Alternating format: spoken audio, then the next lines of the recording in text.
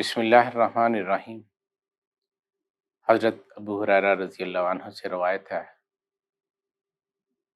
فرماتے ہیں کہ آپ صلی اللہ علیہ وسلم نے کسی مریض کی عیادت کی۔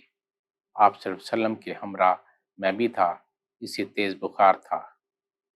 آپ صلی اللہ علیہ وسلم نے اسے فرمایا، تمہیں بشارت ہو، رب تعالیٰ فرماتا ہے، میں اپنی آگ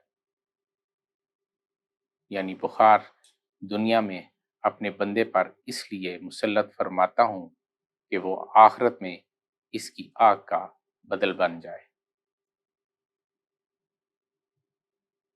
حضرت صاحب بن یزید رضی اللہ عنہ سے روایت ہے، فرماتے ہیں کہ مجھے کوئی تکلیف ہو گئی، مجھے اہل خانہ اٹھا کر بارگاہ رسالت مآب میں لے گئے۔ آپ صلی اللہ علیہ وسلم ساری رات مجھے قرآن پاک پڑھ کر دم کرتے رہے اور اس کے ساتھ مجھ پر پھونکے مارتے رہے۔